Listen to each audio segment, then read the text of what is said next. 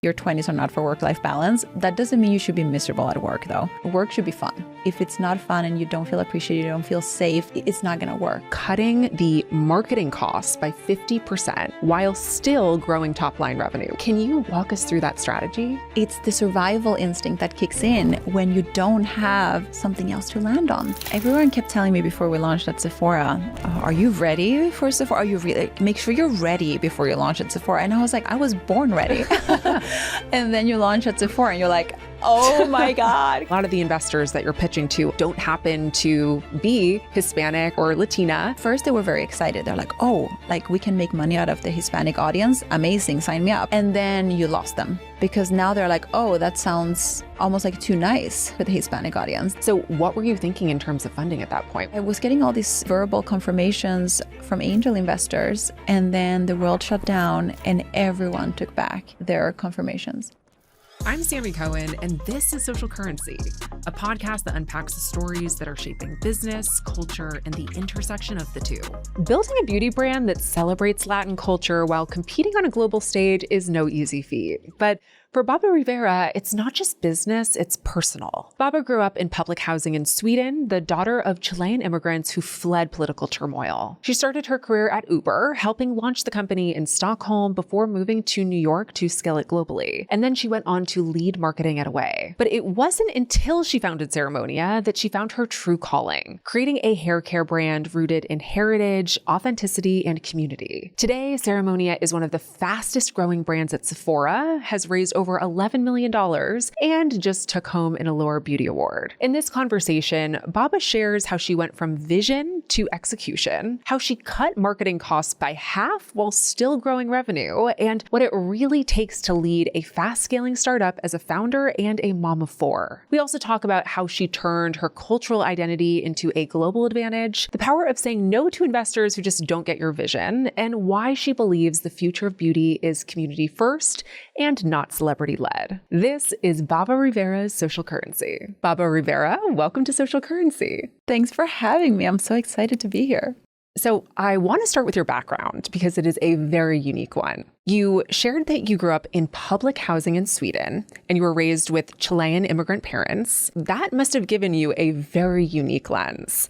So in what ways did that mix of culture and circumstances shape your ideas and values for the future? I think growing up in between so many cultures really just gave me such a diverse lens and a unique ability today to connect with people from so many different walks of life. Not only was it just being between, Latin culture and Swedish culture, there was also a class question, right? My family was part of this immigration program where we were actually living in sort of like a middle upper class neighborhood, but we were not middle class or, upper class whatsoever. So while on the surface, it might look like, we were one of everyone else. When you went into our house, we barely had any furniture and all my classmates had, double income households. So that was, I think, a very interesting duality for me.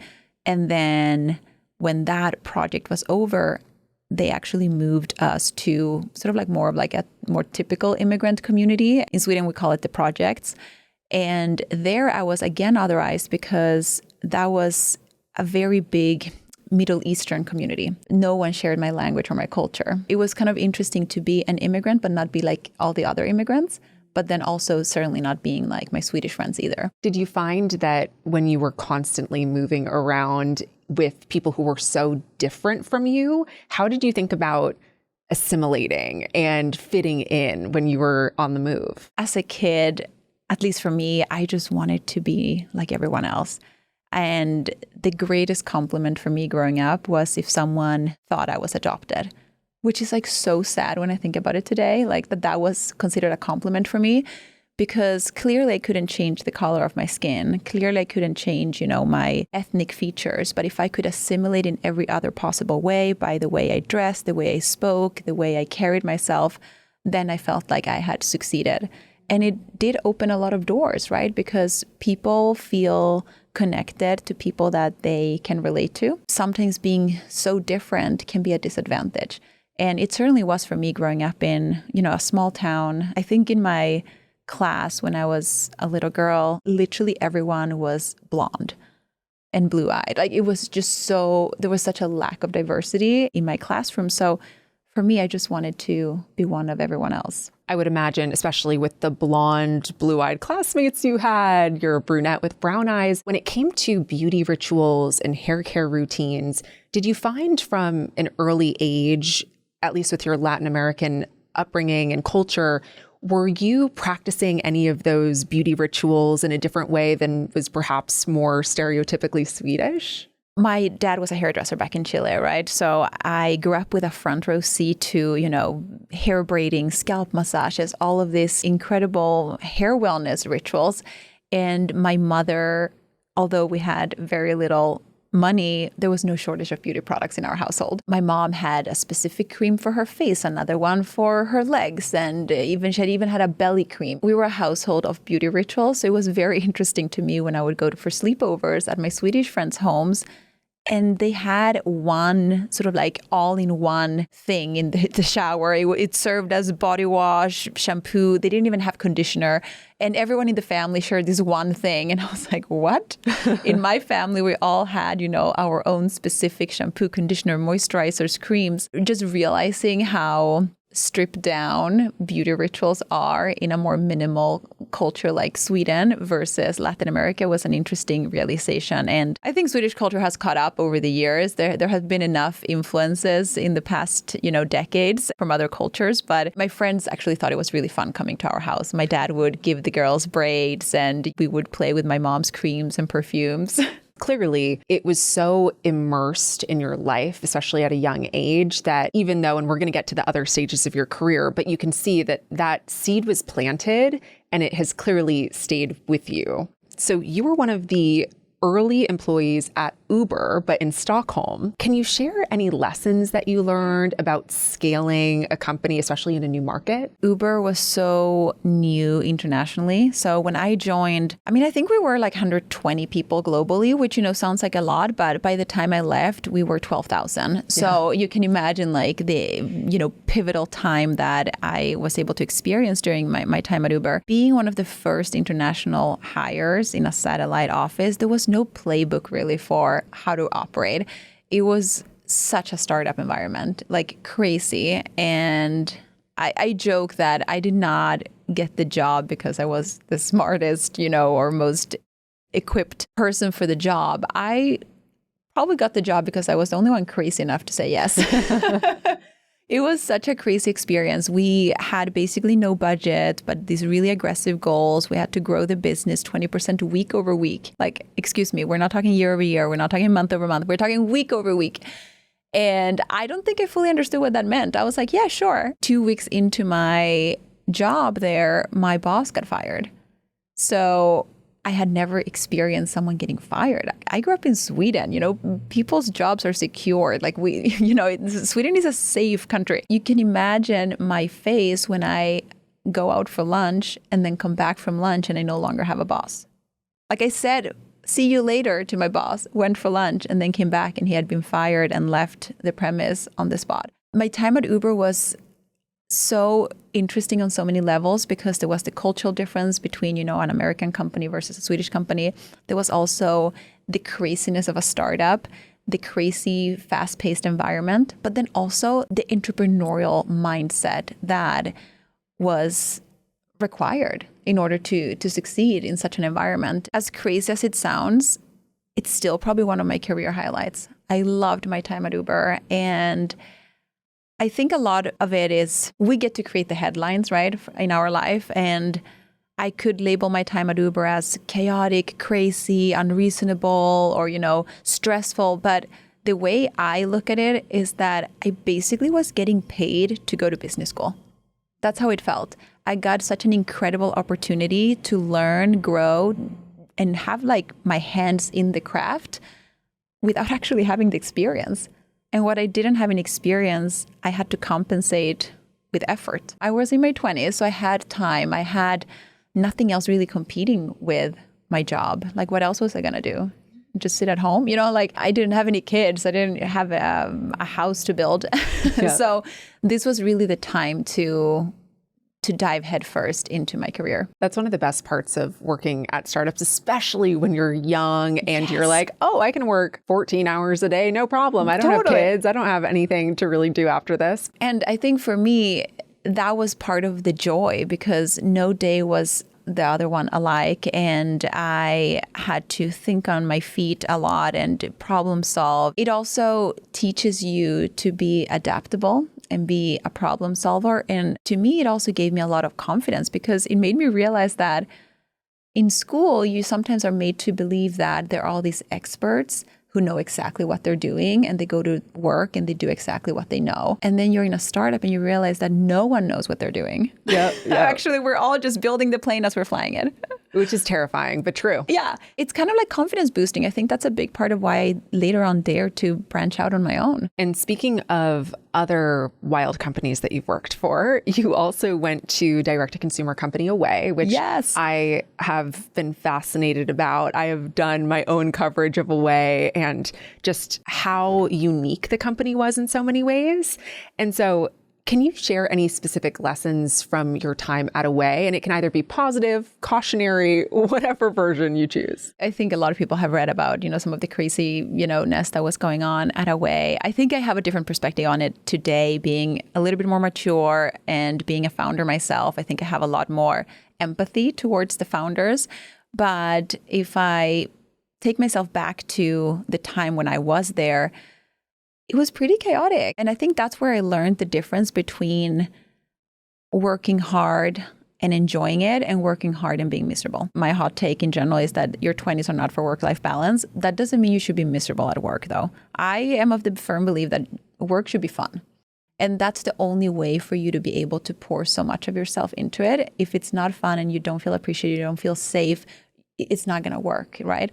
So I think that was the difference for me where I was working really hard at Uber. And then I came to Away and I was like, yeah, I know how to work hard. But it was a different environment of high stress, people being threatened to get fired in public Slack channels, being fired on the spot. And just like there was a lot of fear going on. And at the same time, I can only imagine the pressure that those two founders were under during that time. They were also in their 20s. We cannot forget that, yes, they were holding a leadership position, but they were young. Mm-hmm. They were probably just doing their best and they were probably being pressured to the nines by investors and board members. Now being a founder, I'm like, okay, I have a different perspective. You guys must have been under so much pressure because the company was growing really fast. They were raising a lot of money. This was also the rat race of, D2C, the boom. This was the Glossier era, the Allbirds, the Casper, the D2C anything. So there should be a documentary. I know. I would love to participate in that in some way when that eventually happens. So after your time at Away, you actually start your own marketing agency called By Babba. And when I was looking into this, it looked like you worked with major beauty brands. There was Glossier, YSL. So how did working with these very established big beauty companies shape your perspective on the industry? And is that where you got the idea for Ceremonia, or was that before that? It definitely, I think, was born out of that because I had never worked in beauty before. So my first sort of beauty experience was having these clients. And I think what I loved about working with companies like Glossier and then more established ones like YSL Beauty was the interesting duality between how the established beauty houses were trying to be more relatable, being more Glossier. Yeah. And then you had the Glossiers of the world who were really trying to redefine what beauty should look like. And so it prompted me to go on this very deep, rabbit hole of research. And I'm a nerd, so I would be, up all night just trying to understand the beauty landscape and understand the differences between my different clients and what their unique challenges were and what also their opportunities were in the market. And I think the more I worked on these accounts, I started to realize how the beauty industry was really in this paradigm shift. We were changing from this, idea that beauty should be unattainable and, super polished and hard, to this more relatable girl next door kind approach, and also diverse. Diversity was not even on the map, before this. That's when I realized how there is this huge opportunity of what the consumer is expecting beauty to be and where beauty actually is today. And the category that, in my opinion, was the most behind was the hair care category. The hair care aisle, Jesus, it's been leading with this styling first approach. It's been all about making you very insecure about your hair and making you feel like the only way for you to be beautiful is to change your hair. You need to color it, you need to straighten it, you need to do all this toxic stuff in order to be considered beautiful. Who decided that? I had this epiphany one day where I just looked at myself and I was like, what am I doing? I'm waking up an hour earlier every day just to damage my hair. Like, that's not a ritual. That's not hair care. That's hair damage. So the idea for Ceremonia really came from, just immersing myself into the beauty category as a very sort of like innovative agency partner to these companies, and realizing that the care aspect of hair care had been completely lost. And so you have this idea. You're like, all right, I see this opportunity in the space, but also on the shelves. What was the process like after that? How did you go from idea to making that first product? Yeah, so initially it started as a project within the agency, actually. And we were calling it Project X, very mysterious. And we would have Project X meetings. Before Twitter was branded as Yes. X. So now I'm like, Initially I thought that our agency would maybe incubate brands. Because I had no plans of closing down the agency. This was more like, I always love, to grow and just learn and, challenge myself. So I started to just think about, if I were to do, my own brand, like if we were to have our own product, what would it be? And it started with a lot of research. I would use some of our unallocated agency hours to work on this, mystery project. I became very obsessed with it. It was the first thing I could think of when I woke up in the morning. It was the thing that kept me up at night. I was even dreaming in hair care terms, like, when it's like becoming all consuming. And I remember sitting in some client meetings, as the agency founder and just zoning out and like thinking about this other project. And that's when I was like, whatever you do it well. And right now I'm not doing the agency part well because my heart is not in it. So I think that forced me to sort of like make a bit of a decision for myself. And I created a timeline for myself. I time boxed it. I was like, okay, if I were to do this as a company, like what is the business plan? What is the go-to-market? And once I had that, I felt a lot of conviction that I must do this and I must do it now. Like, this is the time. The opportunity is here right now. So then I started working first on a closure process for the agency, which is, when I think back, I'm like, go me, like what a bold move to be like, I'm going to close this functioning business to open up this very unclear business. I think what anchored me in that decision ultimately was that if you're going to do something well, you have to focus. And I think that this is another hot take. We tend to over-index on optionality, and a lot of people are afraid of closing doors. They think that if they keep a lot of doors open, they keep a lot of opportunities open. The reality is actually the opposite. I found that the more doors you close, the more opportunity you find in the one area that you're leaving open. But when you're leaving a lot open, you're actually just like achieving nothing, So I think there is something about thesis I hold even now as an angel investor. I don't invest in anyone's side hustle. Yep. It needs to be your whole world. It makes sense. And you'll hear both sides of the argument, but I agree with you in that in order to take something from ideation to the next level, whatever that, and that means different things for different people. But I completely agree with you that dedicating your full attention and time is our most valuable resource. Totally. And attention as well. And the counter argument is oftentimes that, but like, what if I can't pay myself? And I'm like, that's part of it. It's the survival instinct that kicks in when you don't have something else to land on. Totally. Like that's part of it. Like it's by design. And speaking of that though, so you shut down your agency. You're like, this is 100% going to work. I'm going to make it work. So what were you thinking in terms of funding at that point? Were you trying to raise an initial round? Walk me through that whole strategy. I always assumed I was going to be able to raise capital. And I think because I had worked at Uber, venture funding didn't feel too foreign. We were a venture-backed company at Uber. Obviously, different when you're a tech company and you're founded by, a serial tech entrepreneur and stuff, than being, a first-time beauty founder trying to fundraise. So I was humbled real quick, but but I still, had the plan to fundraise, and we needed to fundraise in order to launch. I had sort of put the $25,000 I had, getting it to a V1. We had the product, we had testimonials, we had the the business plan, the consumer insight studies, and then we had all these other things lined up for production, brand identity, but those were contingent on needing more funding. You don't get that far with $25,000, turns out. What was hard with the fundraising process for me was that this was in the height of COVID. So I started fundraising, I think 2 weeks before the world shut down. Wow. And those first 2 weeks, everything was amazing.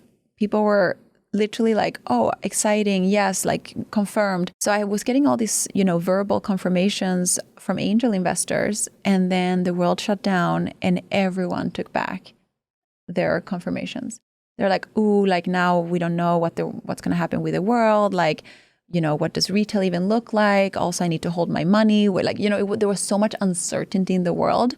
So unfortunately, I went from having half of the round committed in the first 2 weeks, to now having zero. And it was increasingly hard to get people excited about angel investing.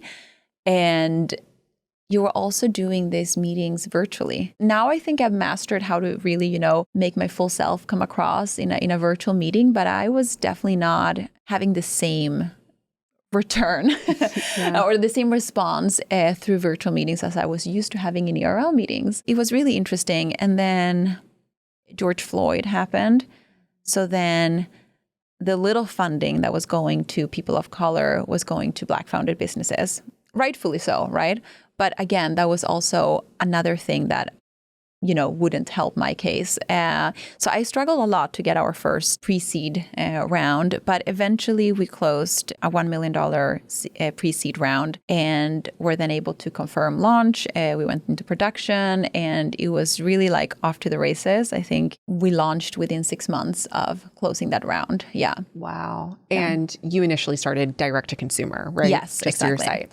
And this was another thing that I'm actually really happy we did it that way, because we launched with one product, literally just one SKU, which you don't hear often anymore because retailers usually want you to have more of a collection and things like that. Because we only launched with one product, we were not able to launch with any retailers, which I think was good because it allowed us to have this sort of almost testing phase of really learning from our real customers. When you're selling to retailers, you ship your product in bulk, and then you don't know who's buying it. You don't get any feedback loop that is instant. Whereas when you go direct to consumer, you get all this customer data. You can talk to your customer. You can email them, right? There is a different sort of feedback loop. So for us, the first product was the first, test out into the market. And then we co-created the rest of the collection with our customers. So by the time we went into retail later, we really knew who we were serving and what they loved about our products, and also what products they felt were needed in their routine. Were there any fumbles or things that happened behind the scenes where you're oh shit, this is not good? Was there anything that's top of mind that you could share? We used to have this saying at the office, we'll save that for the book. It was so many things that you can't make up, I think the craziest one, which is still actually part of our brand identity now, is that I don't know how this happened. This is so silly. We were printing the labels for the bottles. It was supposed to be this yellow label on our aceite de mosca, our scalp oil, which was our first product, still, a hero of the brand. When they sent the file to print, they had the black border to show where you would cut it. For some reason, the printing firm thought the black border was part of the design. So I received, 5,000 labeled bottles with a black border around it. Initially, I freaked out because I had, approved the yellow label and I was so married to that idea. And then here I am now presented a version with a black border. And, for anyone, like the people in my ops team, they're like, who cares? Like, Babba, it looks the same, but like anyone in the creative space was mortified, And I think that's ultimately was one of those examples of where I just had to channel this like startup tech experience of mine where, at Uber, we had this saying that things are better done than perfect. And I remember being, you know what, we're going to launch and iterate. I was like, this is not going to hold back our launch. We're not going to now waste all this money doing a whole new, round of bottle production. And we're going to launch with this and I'm going to learn to like it. And I mean, had it been, awful or a typo or something, we obviously would have had to. But this was more like, can I live with this? Like, what are the pros and cons? And I ultimately decided that the cons were not that detrimental. So we went to print with this. And to this day, we have black borders on all of our labels because guess what? Now I like it. There you go. What once was a mistake or like we did not plan for this moment actually ends up being a core part of the brand. That's amazing. Yeah. So it's interesting. You just have to roll with the punches. So you come out with your first product. How much longer or how much time passed before you went into Sephora? Almost a year. Okay. Yeah. So our first retailer was Credo, which is a smaller sort of like clean beauty retailer. I think they have like 10 or 15 stores across the US. What I loved about them was that I was so ambitious with how clean I wanted our brand to be and the sustainability mandate that I had, put forward for our product development. Entering Credo became sort of like the ultimate stamp of approval of that. And it's so much easier to claim that you are clean and sustainable when you are stocked at one of the authorities of clean beauty. And it was interesting how even when we did desk sides and, editorial pitches, and I was explaining, how clean or sustainable we were, it was sometimes hard even for editors to fully understand how clean we were. And then we launched at Credo and we were never questioned again because they are known to have such a high bar for how they test and qualify products. So that was a really important strategic move for us. We still retail at Credo. We love them. And they're obviously a smaller, more niched retailer. So then about a year into the business, we felt like we were ready to scale. And that's when we went into Sephora. I love the stamp of approval from Credo. I find that, and this isn't just for beauty, but there are so many informal ways that founders / companies will find this a third-party source that's able to either become an early customer or sign off on the company in some way. And then that acts as your ability to be able to sell into new customers. It's great to hear that you were able to get Credo so early and then use that to then leverage other partnerships. Totally. Obviously, Sephora is massive, and getting a product into Sephora for a beauty company is kind of the North Star. Did you find that scaling up from the smaller size to getting into the wider distribution, were there challenges associated with that you didn't expect? Everyone kept telling me before we launched at Sephora, are you ready for Sephora? Are you really, make sure you're ready before you launch at Sephora. And I was like, I was born ready. And then you launch at Sephora and you're like, oh my God, can I take it back and like give myself another year to learn? It's a machine. Sephora is no joke. And I think I naively thought that, it's so great to have a big retailer because then you get big orders. Like, and big orders means a lot of money, right? Actually, quite the opposite. With Sephora, they are a big retailer, but it's also a highly competitive space. So in order to succeed within that competitive space, you have to put in a lot of money to make sure your product is moving from the shelves. And they are super data driven. So they keep close track on velocities and they compare you to others in the hair space and, how are you doing compared to the average hair category. So it's a lot. And they are also a big team. They have teams for performance marketing, for brand marketing, for merchandising, for PDPs, for all of this. And you're receiving about 30 emails a week from, different people at Sephora. And when you're a team of, we were, I think, 4 or 5 people at the time, like, that's a lot to deal with. Yeah. It's a complexity that I truthfully don't think we were fully ready for. Historically, Sephora used to not take in brands that were this level of emerging. Like, they would wait until they were more established. But because of the way the beauty landscape has changed and customers wanting to buy, the new cool indie brands that they see on TikTok and Instagram and all of this, Sephora has had to adapt too. And they have created some of these initiatives that are more sort of like emerging brand friendly. Like we got into Sephora through their Next Big Thing in Hair initiative. So that's a wall that they have in most Sephora stores where they curate the brands that they think are defining the next, phase of hair care. So that's a huge honor. And I think that's the only way we would have been able to go into such a mega retailer at such an early stage. Speaking of other exciting things with the Ceremonia brand, Ceremonia recently won a Best of Beauty Award for your dry shampoo, and that's the Allure Best of Beauty Award. So I would love first for you to talk about the significance of the Allure Best of Beauty Awards, because for someone who isn't a beauty industry insider, it's a huge deal. And also, I'd love to hear more about what that recognition meant to you personally. It's interesting because there are so many beauty awards, in the industry, but the Allure one just holds a very special place. I think in every study that they do, the Allure Best of Beauty badge is the most recognizable, even from, customers that don't even read Allure magazine. It's just a very recognizable badge. It's also a magazine that's been around for so long, and they've had this award for, many decades. So I think it just holds really strong commercial power. And it's, speaking of stamp of approvals, that is the epitome of a stamp of approval. We have a couple of Allure awards actually now. Our Guava Leave-In Conditioner was the first one to win an Allure Best of Beauty Award, I think 3 years ago. Our Pecky Styling Gel is a 2 times Allure Best of Beauty winner. And then this year we won for the Best of Beauty Allure Award for the Best Dry Shampoo Powder, which I jumped off my chair because the dry shampoo category is so crowded and we worked so hard on creating this formula. You still feel like, oh my God, we're putting another dry shampoo into the market.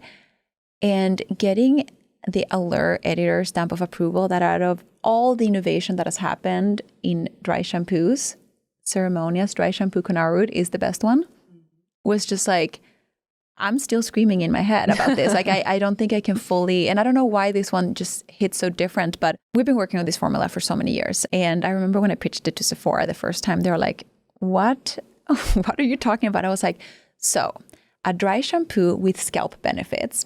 I was like, and for dark hair girlies, it doesn't leave any white cast. They're like, that's not possible. And I'm like, no, but hear me out. I was like, it's going to come in this poof applicator. So it's really easy for precise, application. And everyone was so confused. And initially, they actually didn't bite on it. So I postponed the launch because we're too small of a company to be doing launches that are not supported by Sephora. Like, Sephora is our priority. And then eventually, they were like, so about that dry shampoo, they were like, should we launch it? And I was like, oh my God, you guys are ready for it? I think this just holds a very special place for me. I've been wearing this dry shampoo for years. It was just never in the market. It was just lab samples that I had at home. And how validating that they came to you and they were like, so when is that product going to come out? That has happened quite a lot. We have another product coming out at the end of this year that I've also been pitching to them for like 2 years, and they were not ready for it. And now they're like, how fast can we get it? Wow. Yeah. So, it's like, it's an interesting act. I think if we were a bigger company, I would be able to just trust my gut and just go for it. But we have such a limited marketing and R&D budget. So I have to invest in the things that will have a 360 moment. And Sephora is such an important part of that puzzle. Yes. And speaking of the growth of the company and how important it is to really focus on the business fundamentals, there was an Inc. article that came out earlier this year where you talked about the company, and in it, you mentioned that you're laying the foundation for profitability. And one of the things that the company had done was cutting the marketing costs by 50% while still growing top line revenue, which is extremely hard to do, especially in beauty. So can you walk us through that strategy? It's been honestly so encouraging and empowering to see how growing top line revenue while cutting marketing spend is possible has been the biggest testament to me and Ceremonia's community, because we're seeing a lot of organic growth, which is offsetting the marketing spend. And for us, we started as a venture-backed company. You know, we obviously did not start off as a profitable company, but the landscape has changed so much. And it used to be that once you're about to run out of money, you just go and raise some more money, you know, and like no one was chasing profitability for beauty brands until 7 years into the business. Now, the expectation from investors is that you need to have, triple-digit growth and be profitable. It's just an equation that's extremely different from what it was even just 5 years ago. So for me, I was just getting I was starting to see that change and needing to adapt to it before it was too late. So I still don't know if it's the right, call, but it feels right to me because once we are on the other side of profitability, our future doesn't rely on the hands of what the financial climate looks like, right? And that's the scary part about being, a venture-backed business is that ultimately, if there's no one who wants to invest at that one time that you actually need the money, you might go bankrupt. And we have seen this a lot. I mean, a lot of beauty brands have been closing down for business. It's scary because there is a lot of beautiful brands with engaged communities, great products. Like, I think before we used to think that going bankrupt meant, I don't know, you failed or you didn't do a good product or no one cared about your brand, but that's not the case anymore. We're seeing a lot of really sort of like culturally relevant brands just not making it financially. I so appreciate you speaking up about this. I think I've talked to many founders who are venture backed and various industries, but I think because of the direct to consumer boom that happened in the mid 2010s, I think so many founders had the opportunity to raise massive amounts of money. Now, of course, the industry and the macroeconomic climate is very different. But I think now, as a company that is continuing to grow, continuing to focus on the fundamentals, hearing you say as the founder, we are actually doing everything we can to actually get to profitability, when I can guarantee when you were raising that money initially, that probably wasn't one of the first questions that VCs Not at all. asked It was you. all about growth and, what is the TAM and the market opportunity.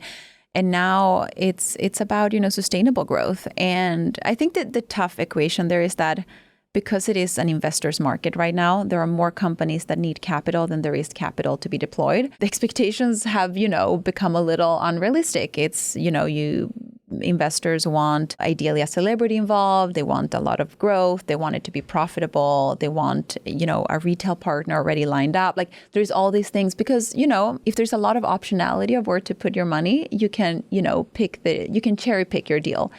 And a few years ago, it was the opposite. There was more money to be deployed than there were interesting companies to invest in. So I think we're seeing a very needed shift. I think that's also not healthy when you're just like money's just being poured into an ecosystem that's not sustainable, right? Mm-hmm. So I think we're course correcting, but the process of course correction is really tough for companies that are in the midst of it. Mm-hmm. You've said that Hispanic consumers spend 46% more on hair care. So talking about the TAM, hey. I mean, we're obsessed with beauty. Like, what can I say? But of course, as you've mentioned, they're also extremely underrepresented in the beauty aisles. Because I would imagine a lot of the investors that you're pitching to also don't happen to be Hispanic or Latina. But how are you able to convince them that, yes, not only is this cohort of people very passionate about what I'm about to deliver, but it also doesn't just apply to them. Ceremonia is for people of all shapes and colors and sizes. Yeah, I mean, that is honestly still one of the biggest challenges because people only know what they know, right? So investors, they only know what they know. And most of the companies that they've invested in the past have been, founded by white people for white people. So that's the success factor that they know. So then when I came and I was talking about underrepresentation and sort of like a white space in the market, they bring out the knowledge that they have. And a lot of it is unconscious biases. So I was very quickly advised. Actually, first they were very excited. They're like, oh, like we can make money out of the Hispanic audience. Amazing. Sign me up, right? Like if there is $1 to be made, people are excited. And then you present the business idea of this being, sold at Sephora, being, a clean hair care brand, better for you, ingredients.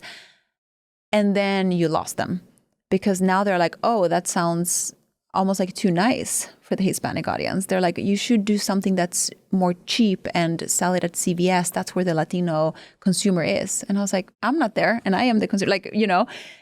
So for me, I had to spend a lot of my money on consumer insights data to really paint the picture of where the Hispanic audience was going, because the Hispanic audience 20 years ago, very different from today, and even more different from what it's going to be 10 years from now. A stat that I think was really a turning point was when I was able to prove that the majority of the Hispanics in America today are US born. When I talk about Hispanics, I'm not talking about immigrants, actually. I'm talking about Americans.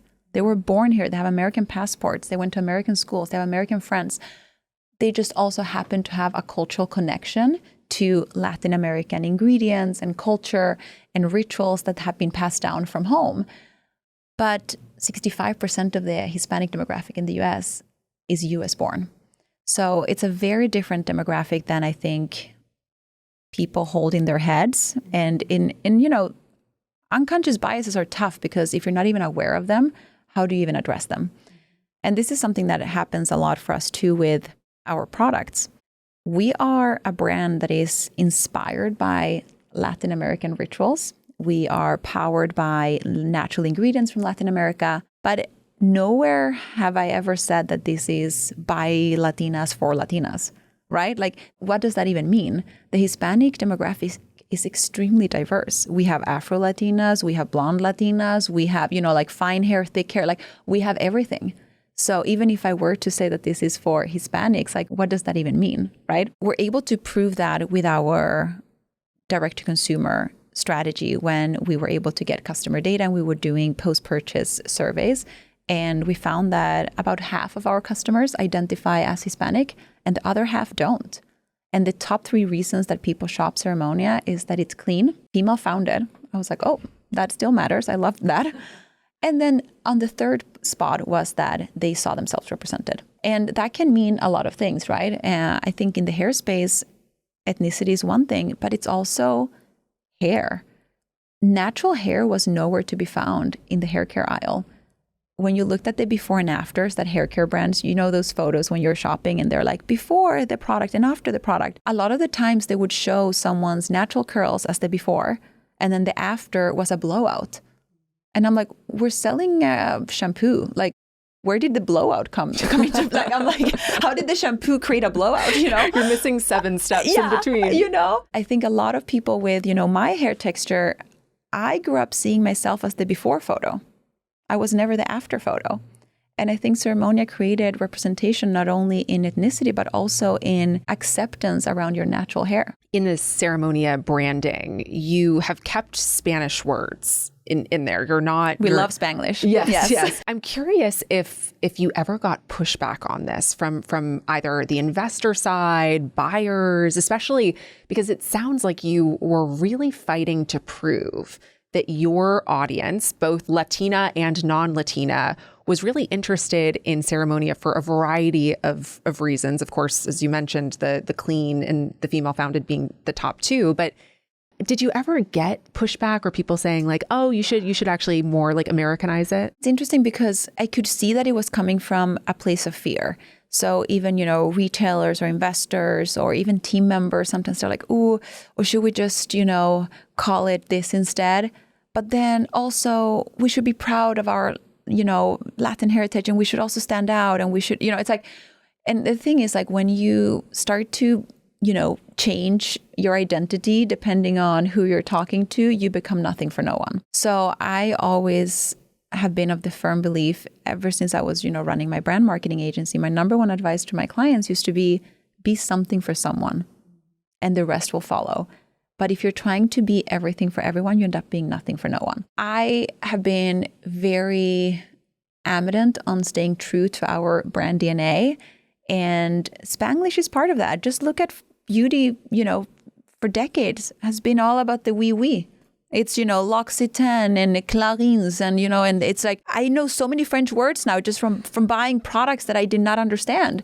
Like, who said that French was okay, but not Spanish? Because guess what? Spanish is the second largest language in America. So like, why is that groundbreaking? somehow we can say crème de visage pour les yeux. And I don't even speak French, but I think that was eye cream. And we can say like, I don't know, mascarilla de guava. We can't use guava. Like it's so strange to me. Or even shampoo de guava. It's very close to shampoo, right? Like, so the wordplay of like using Spanglish, I think, is what makes us stand out on the beauty shelves. And for people who are Hispanic, they're like, I see what you did there.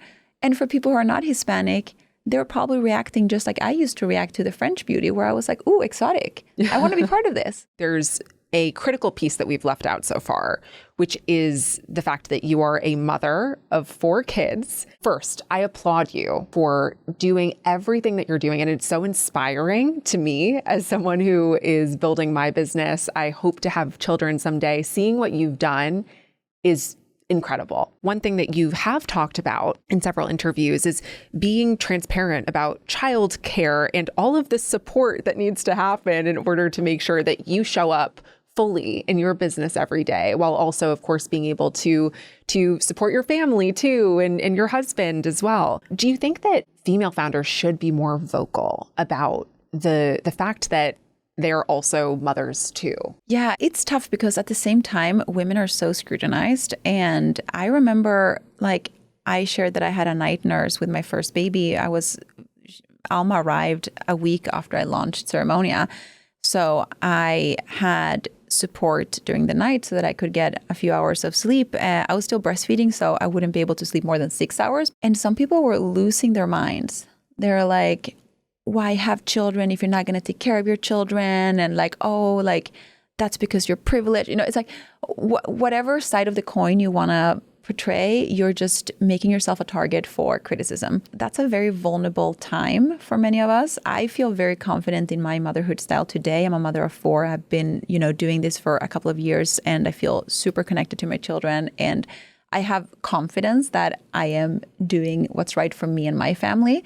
But when I was a new mother, I was like, oh my God, what if they're right? It's like you're in such a vulnerable state, and also emotionally you're recovering, So I can understand why people just rather, put the lid on and just like, let's just talk about my job. I don't want to talk about anything personal because I don't want to open that can of worms. At the same time, I was terrified of motherhood. I did not know if that was even a possibility for someone with my ambitions, because I never saw it portrayed. In overcoming a lot of my own fears and dismantling a lot of my own limiting beliefs, I almost feel like it is my duty to pay it forward and just show, just me living my life. If that can serve as some sort of inspiration for someone, that means a lot to me, because I really love being my mother, and I'm so happy that I didn't let my fears get the best out of me. And I'm so happy I had my 4 children. If I can, inspire someone else to think that they can too, then that's worth it to me. And I will take some of the nasty comments, along the way, if that means that I can inspire some other women.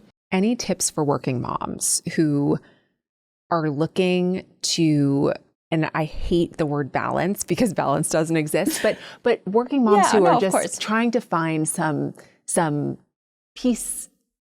They want to be good at their jobs. They want to be a good mom. I think that's like the premise, right? I mean, I have so many thoughts and so much advice. I'm like, how much time do you have? But a couple of things. One is that the time you do spend with your kids, make it intentional. I really make a point of not having my phone when I'm with my kids. And the other thing too is that I think sometimes as working mothers, we feel so guilty for working. So then we overcompensate by trying to make it so fun when we're finally, when it's finally the weekend, and we overprogram ourselves. That's not what kids remember. They remember the in-between moments when you were wiping their butt and they told you about the thing that happened at school. Like, it's those everyday in-between moments. So if you can take help, my advice is to take help with everything else besides the kids. I don't do laundry. I have help with my laundry. If I can get help with the dishes or with cleaning my house, I'd rather take that so that I can spend more time with my kids. And it's tough because a lot of, nannies, they will only care for the kids. And I realized that did not work for me. I became really resentful when I found myself, going out with the trash and like doing the dishes. And then I see over there my nanny is sitting bonding with my baby. Like, I was like, this is not the life I want. And I don't care what the job description is, then maybe we need another job description. But that's, I think, like the boundary that I created for myself is that I will take all the help I can so that I can spend more time with my kids, not the other way around.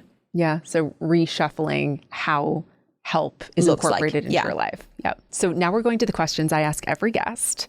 The first one is, can you share a system that you have in place that benefits your career or business? My husband and I have like such a structured Monday to Friday. And I feel like it makes us better parents and better at work. It's a very rigid schedule. We eat dinner 5 p.m. every day. We eat lunch at noon every day. We eat the same thing for breakfast, Monday to Friday. We have our morning routine of my husband makes the breakfast, then he goes to work out. I get the kids ready for school, then I work out. And it's this just like, it only works because there is predictability in it and we can prep the kids as to what is going to happen. And then we always do bedtime together as a whole family. We put all 4 kids down and we read books for all of them. That's our, family time.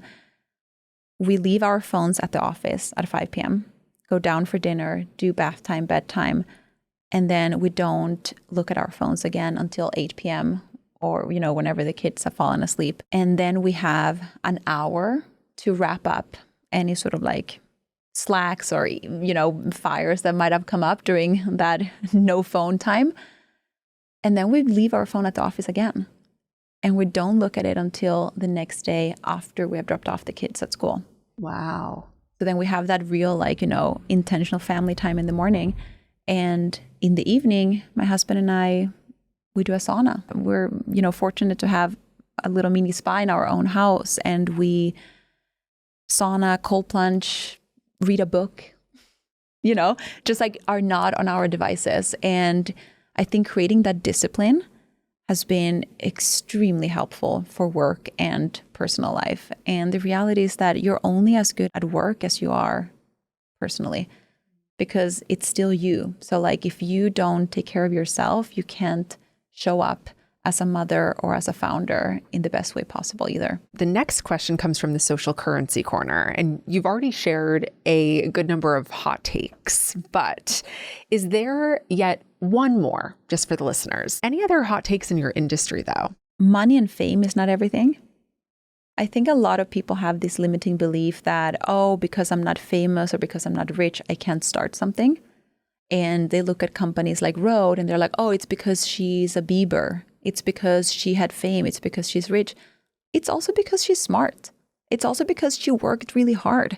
It's also because she attracted the right team to come on board on her mission.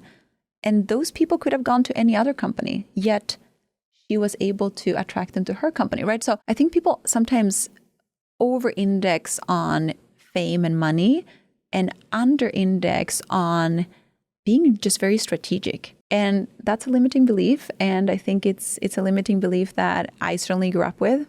Growing up with a lack of money, everything in my house came back to it's because we don't have money. And it becomes a very comforting crutch to think that you can't be successful, you can't be happy, or you can't be this or that because you don't have money. And I think it's worth asking yourself, is that belief serving you or is it holding you back? Okay, let's end with a listener question. This one comes from Jess.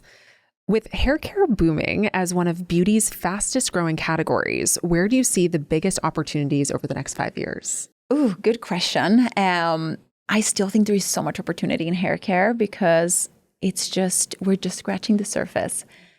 And I think there is a lot of opportunity in culturally powered haircare. I obviously am building, a culturally loaded haircare brand that is inspired by Latin rituals, but, I have yet to see haircare, inspired by Asian rituals, right? Or Indian rituals. I think that there is a lot still here that can be created. And I love dualities. So, and this is part of what I'm trying to do with Ceremonia, is that we're not, your typical like super Hispanic brand. Like we're taking inspiration from my Latin upbringing, but then bottling it into a modern day brand that looks beautiful in your bathroom, that even, we sell really well in Scandinavia. We're actually the number one hair care brand at this French retailer called Oh My Cream in France. And that's not because they have a big Latin demographic, right? It's just because there is this consumer that is very conscious that gravitates towards ceremony. And I think that duality is something that is super interesting, of pairing culture with a modern day brand. Historically, culture used to be a niche that was like, very DIY. I made this in my kitchen with the 2 herbs that I grow in my backyard. But how do you take flavors of that and then mix it with it girl status, sort of like cool girl, beautiful branding, and culturally relevant moment? Great. Well, Babba, thank you so much for coming on today. Thank you. This has been a fantastic conversation. I think for anyone who hasn't tried Ceremonia, obviously, you're probably sold at this point, but I think it's so refreshing to hear from someone who's building this space, number one, with such intention. And number two, I love how the word inclusivity is in everything nowadays, but you are truly building something that is not just welcoming Latinas or people from certain background, but it's really for everyone. So I think it's beautiful, and I'm excited to watch it continue to grow. Thank you so much. And thank you for having me. Thank you so much for listening to today's episode of Social Currency. I've been wanting to launch this show for so long. I can't tell you how excited I am to do this and how thrilled I am that you're actually here listening. It means the world to me. If you liked what you heard today, please rate and review the podcast because it massively helps to support the work I do to bring the show to life. And if you want to keep up with the hottest business lore in real time, follow me on Instagram at Sammy Cohen Talks and subscribe to my newsletter, Social Currency, which is linked in the show notes. Social Currency is a production of Social Currency Media and Money News Network. The podcast is hosted and executive produced by me, Sammy Cohen. Social Currency is produced by the Money News Network team. See you next time.